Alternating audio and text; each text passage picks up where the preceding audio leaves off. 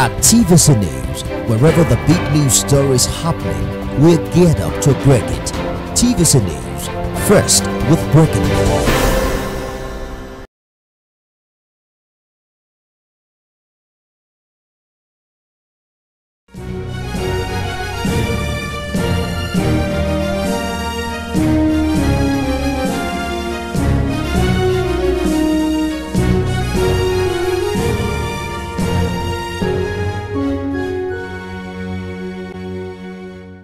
Hello and welcome to Labor Lens. I am Sharon Ijason. On this week edition of the program, we'll be focusing on the workshop held in Nairobi, Kenya on fair recruitment practices across the world. We also have news stories for you. We will be right back.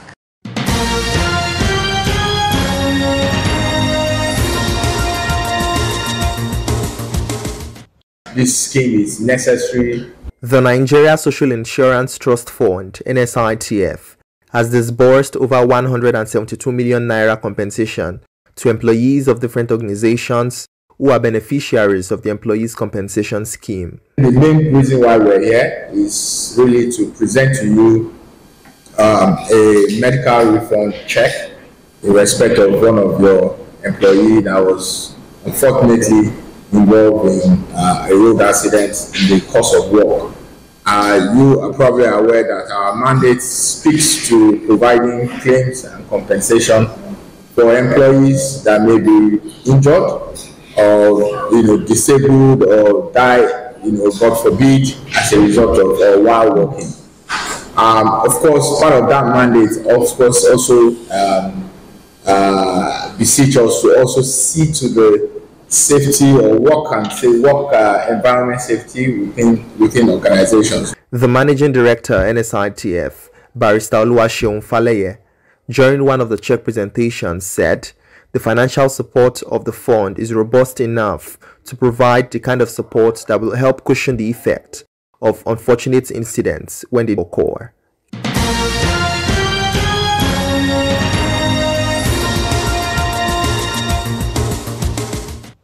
Across Africa, the issue of fair recruitment for migrant workers is gaining momentum, and now stakeholders are taking action.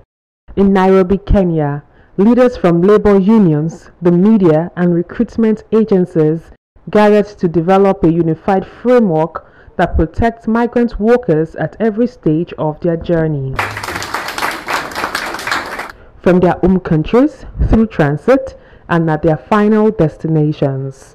During the workshop, I met with Sophia Amimo, founder of Domestic Workers Returnees Kenya, known for giving voice to the voiceless. She tells me about a domestic worker named Paris who left Kenya to work in Qatar through an agent. Upon arrival, she was informed by her new employers that she had failed their internal medical screening. Nilienda hivi, nilikuja huku nilikuwa nimepimwa huko kwetu, nikaambiwa niko sawa. Sasa nilifika huku kupelekwa hospitali, nikapatikana sijapita hiyo kipimo. Sasa ndio nikaletwa huku kwa huyu mtu wa kampuni ya huku, nikaambiwa ati nafaa kulipa huyo mwenye alikuwa ameniajiri, nafaa kumlipa pesa zenye alikuwa amegharamikia ndio nikuje huku.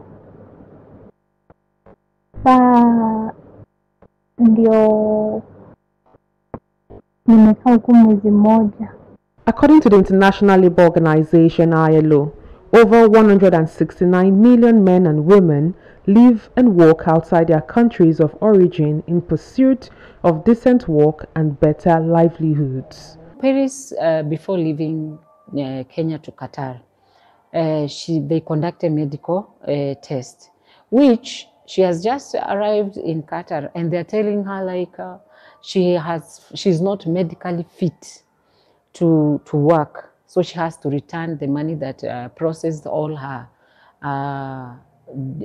the visa and the whole process, all the money that was used for her to go and work in Qatar. But in this case, if you look from the base of the matter is that the person who conducted that medical, which right now from the letter she sent, She's being asked to sign that when she returns back to the country, she will pay this money to the agent, because there is an agent that is mentioned there. Why should Paris pay? Yet, it's not her fault. The person who conducted the medical should be the one to pay for this money, because it was his responsibility. Because before leaving Kenya, with all the countries that I have been, the test is taken here in Kenya as a Kenyan. There are specific places we go for this medical. If you are going to Dubai, there is a specific place you have to go for that medical. So the person who should be responsible to pay for this money, whom the agent should be writing this letter that they are giving to this young lady, should be the doctor that conducted the test, but not put this girl into these traumas that will be running, and the stress and wanting to,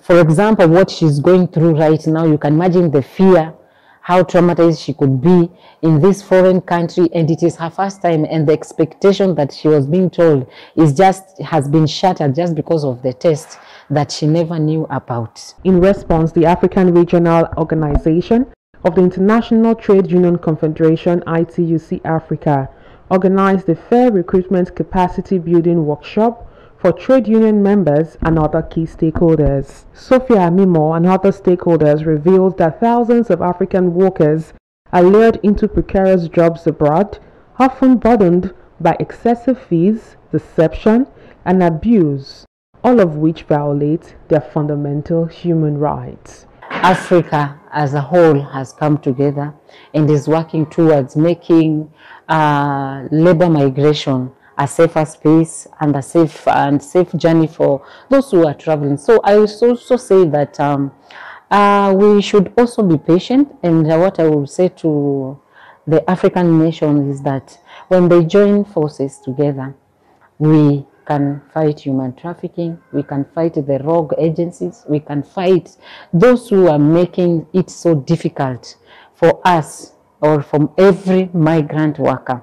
And not forgetting that we are advocating for equal pay, because equal pay for equal work, because no one should be treated special from the other. And that is one thing I am campaigning for as domestic workers. Then domestic work is real work. From this domestic work, we have duties. We wake up in the morning, we arrange ourselves, just as other people do in the offices, in their areas of work.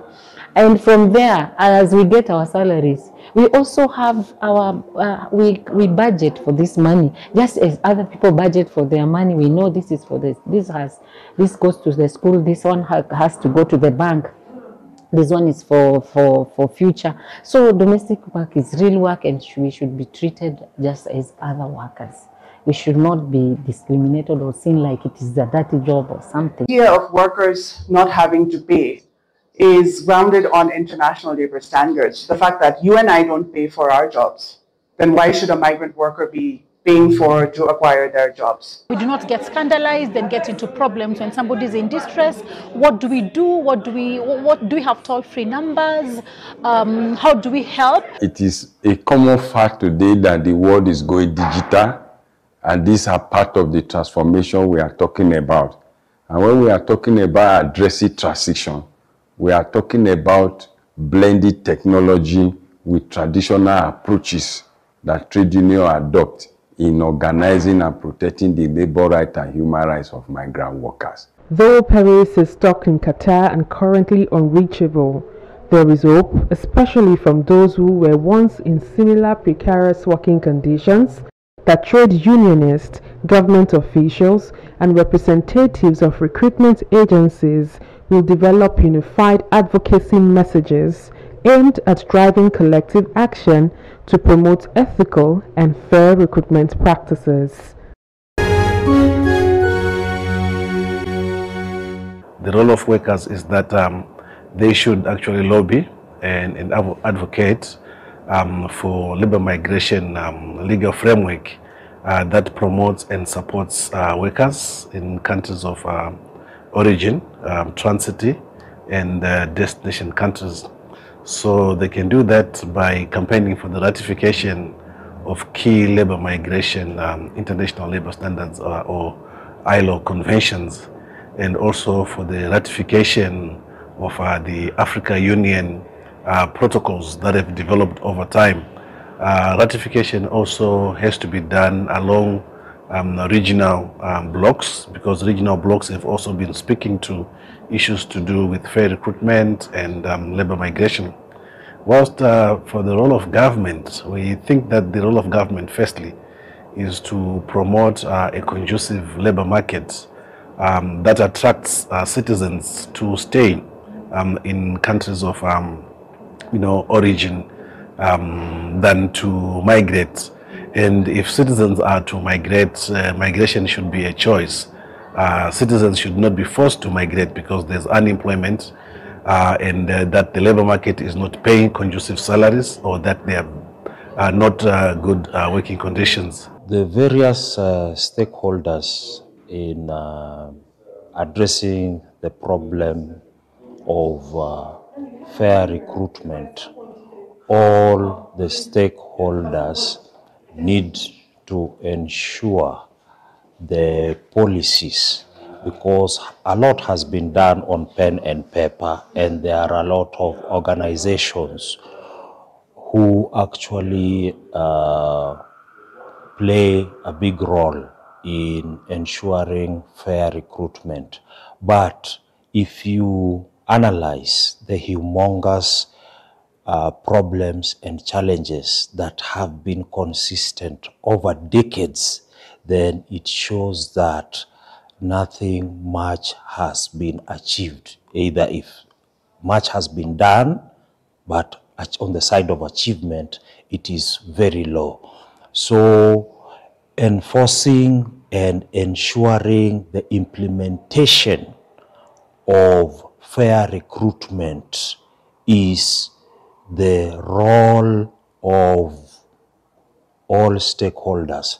Somebody like me, I've seen the situation deteriorate in my own country of origin, Kenya, so much so that I've ever thought of even suggesting to the ILO that maybe the African Union should even look for a platform where AfriPol can actually come in to try and address this humongous problem. But these are innocent people. They've not committed any crime. They are not wanted over any debts or issues back home. But whatever the circumstances, they themselves are not ready to be facilitated so that they can go back home to safety. That's one among the most ambiguous situations, which is very heartbreaking and disappointing. Some of them are young people who have quite a lot of energy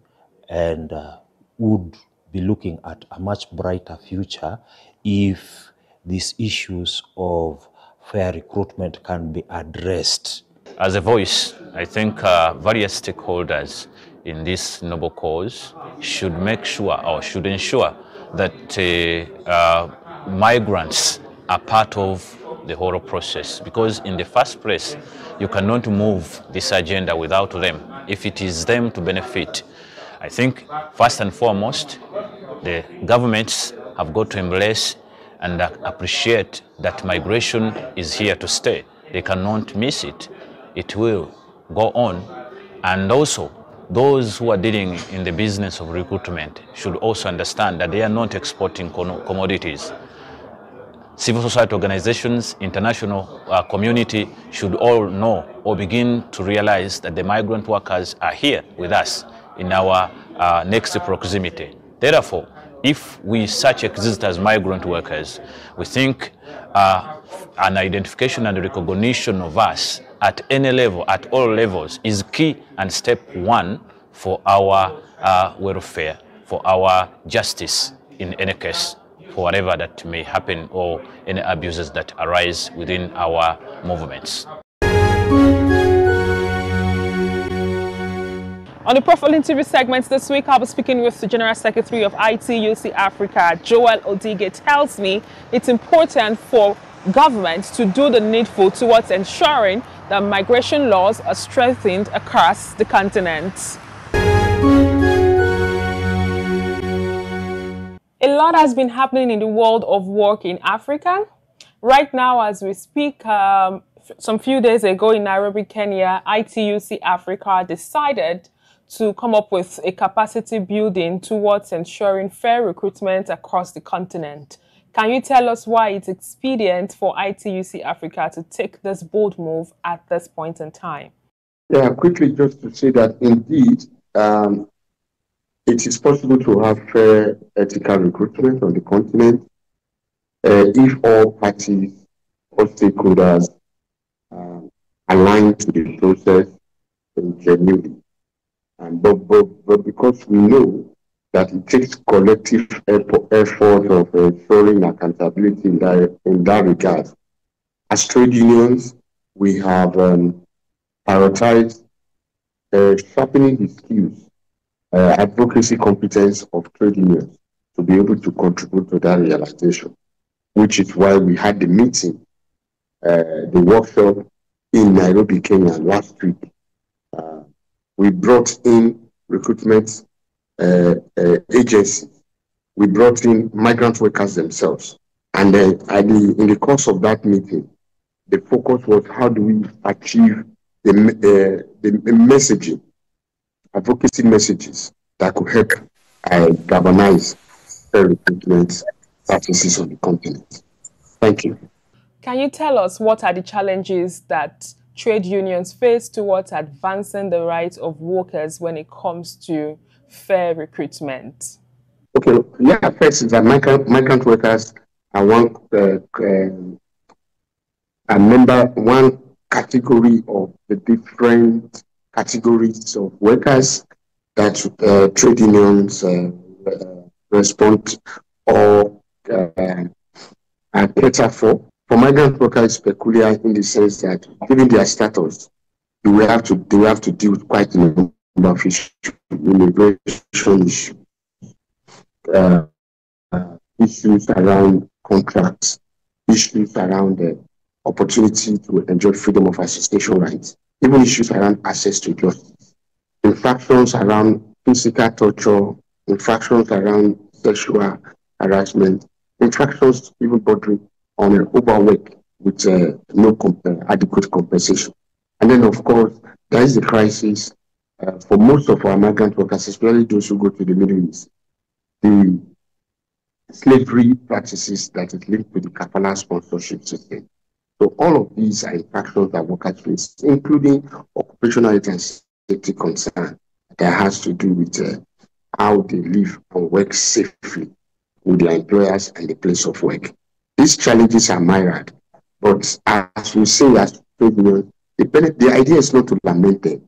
It's to ask ourselves, how do we contribute to solving the challenges that migrant workers are faced? And in solving the challenges, we have agreed that it is critical that we solve these challenges together with them. And in most cases, we flip the challenges out of opportunities for advancing the rights of these categories of workers. During the capacity building, there was this conversation as regards bilateral agreement. How has bilateral agreement from point of origin to point of destination helped the advancement of decent work when it comes to migrant workers? Okay, thank you. There are bilateral labor migration agreements of different kinds. First is that there is a bilateral labor migration agreement. You could also have multilateral labor migration agreement. But the ones that are popular and highly utilized in the governance of labor migration is a bilateral labor migration agreement between governments of countries of origin and those of countries of destination. What we find is that, first, there is a prescribed process to drafting bilateral labor migration agreement. In most cases, we find out that the processes are not effectively followed. But equally important is that the provisions in the bilateral labor migration agreement do not have right protection. It is focused in most cases just on demand and supply of labor without the consideration for the protection of the right of the migrant workers. So in most bilateral labor migration agreements, workers, people are treated as commodities. And these are the things we have seen, and we said, how do we reverse that together with government? In reversing that, together with the African Union and the International Labour Organization, guidelines on how to develop labor migration agreements have been developed. When these guidelines are not followed, in most cases, you find that a bilateral labor migration agreement, the one we refer to in acronyms and BLMAs, are usually supply-driven. Rather,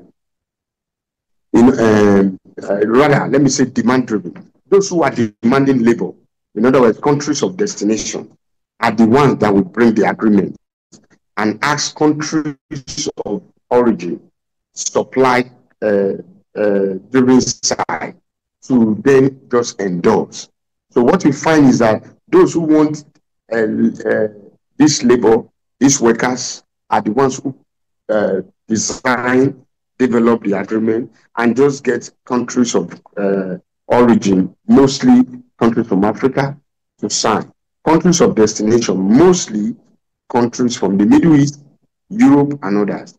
And then African government will just sign. When you sign, you find out that the protection of the rights of these workers are not, the mechanisms for the protection of the rights of these workers are not adequately provided for in the agreement.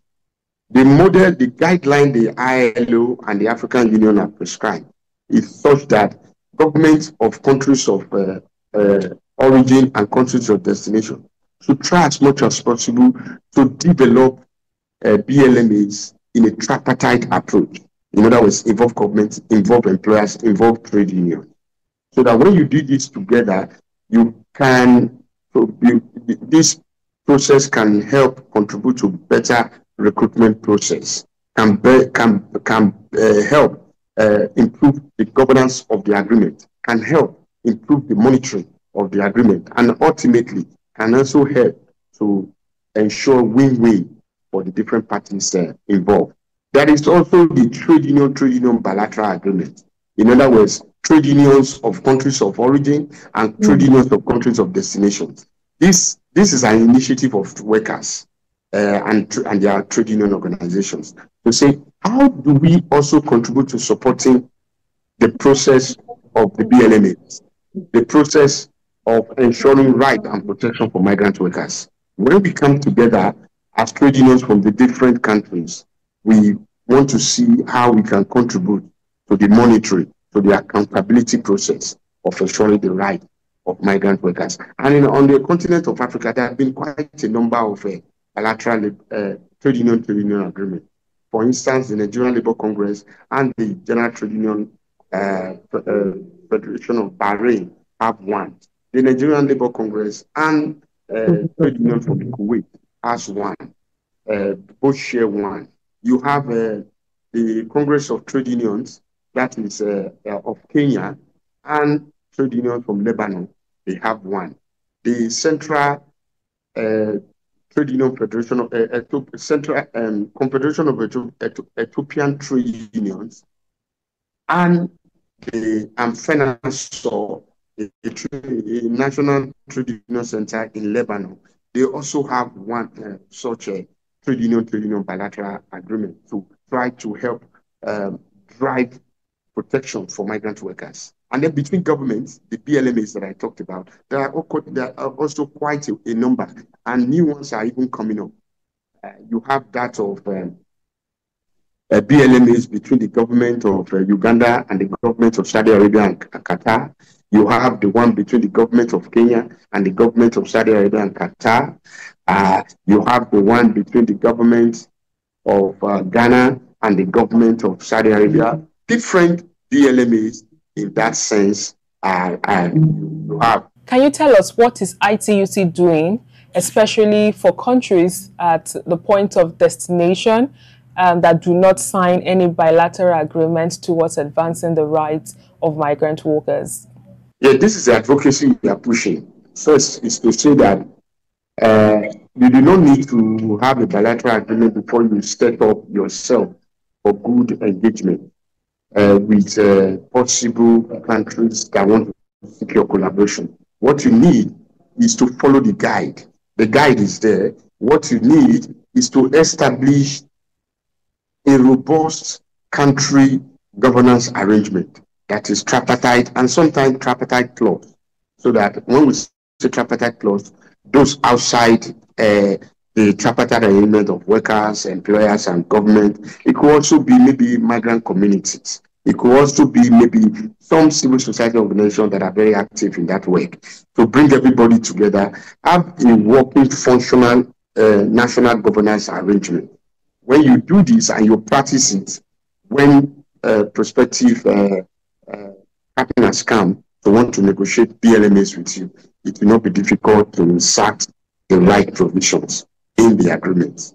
I can see that ITUC Africa and some other international organizations are collaborating towards using technology to fight injustice that some migrant workers are faced with. Can you tell us more about this? Yes. We embrace technology very strongly as one of such, but we also, in embracing technology, we talk very strongly about, secondly, is that we have experimented with it and we are seeing results. For instance, we developed what we call the Migrant Recruitment Advisor. It's an online recruitment tool available online for potential migrant workers who, in wanting to leave their country, for instance, Nigeria. There are a number of migrant organizations in Nigeria, migrant recruitment agencies in Nigeria. We put them online, we feed their profile online, and then we ask the potential migrant worker to, if you want to then migrate safely and orderly, and you want to do it with some predictability, we encourage you to go online, identify those recruitment agencies, and initiate relationship with them. And then we also encourage you to go back to that space. What was your experience like? Share your experience in that space. And then we also share the report with the recruitment agencies. And then they themselves can use the feedback from the migrant workers to improve the way they do things. This way, we contribute to ethical recruitment possibilities. Thank you very much for your time. Anytime. Thank you for having me. Thank you. Thank you. And that's all we can take on today's edition of the program. Join us next week for a fresh edition of the show. I am Sharon Ijason. Thanks for watching, and remember that labor creates wealth.